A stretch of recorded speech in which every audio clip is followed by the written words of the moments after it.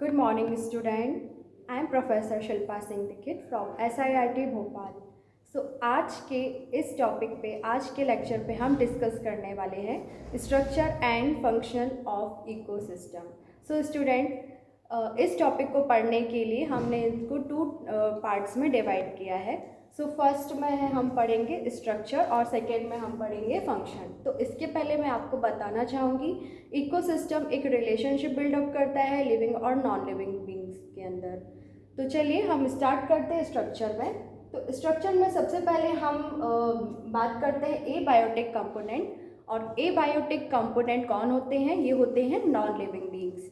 Non living beings जो movement नहीं कर सकते हैं या फिर रेस्पिरेशन नहीं कर सकते हैं. अब इनमें 2 फैक्टर्स होते हैं, 2 फैक्टर्स होते हैं.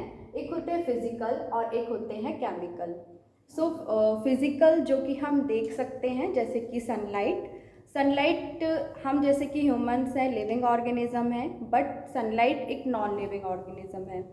लेकिन हमें सनलाइट की ज़रूरत पड़ती है एनर्जी के लिए. वैसे ही वाटर हमारे लिए एसेंशियल होता है, लेकिन वो नॉन लिविंग थिंग है, बट हम लिविंग थिंग है. तो यहाँ पर एक रिलेशनशिप बिल्डअप हो रहा है, इसलिए यहाँ पर फिजिकल कंपोनेंट की बात की गई है. अगर हम केमिकल कंपोनेंट की बात करें, तो केमिकल कंपोनेंट्स में जो फूड हम इंटेक करते हैं, तो उस फूड इंटेक करने से जो हमें विटामिन्स, मिनरल्स और न्यूट्रिएंट्स मिलते हैं, तो ये हमारे केमिकल कंपोनेंट्स होते हैं. अब हम आगे अगर बात करते हैं बायोटिक कंपोनेंट में. स्टूडेंट्स, बायोटिक कंपोनेंट मतलब होता है लाइफ, यानी कि लिविंग. इनमें आते हैं आपके प्लांट्स, एनिमल्स और ह्यूमंस. जो भी चीज़ें लिविंग हैं, यानी कि मूवमेंट या रेस्पिरेशन कर सकते हैं, उनको हम बायोटिक कंपोनेंट में काउंट करते हैं. सबसे पहले होते हैं ऑटोट्रॉप्स. स्टूडेंट्स, ऑटोट्रॉप्स वो होते हैं जो कि अपना खाना खुद से बनाते हैं, लाइक प्लांट्स.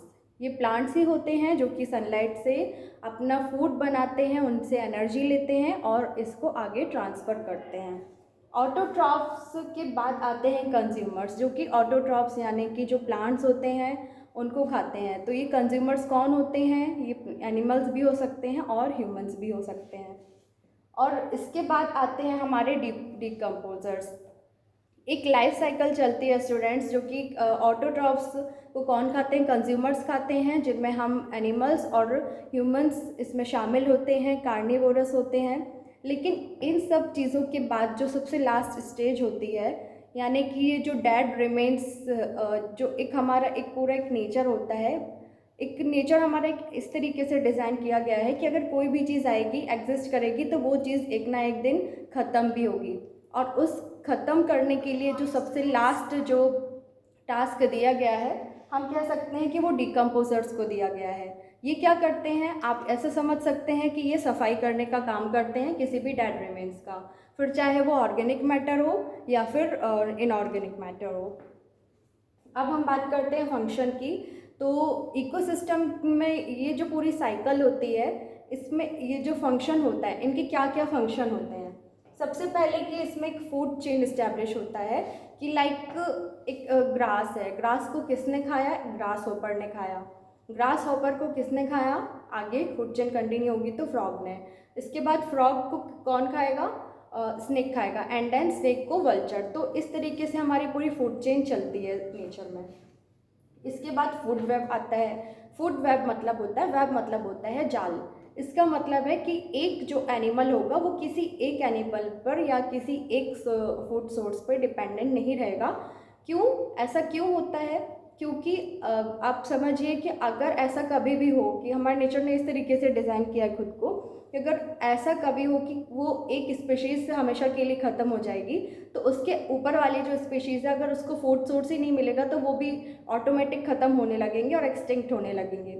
इसीलिए कोई भी एनिमल अपने जो फूड सोर्स है उनको एक्सटेंड करते हैं और अदर उनके फूड सोर्स वो खुद बना लेते हैं. इसी तरीके से हमारा एनर्जी फ्लो होता है स्टूडेंट्स.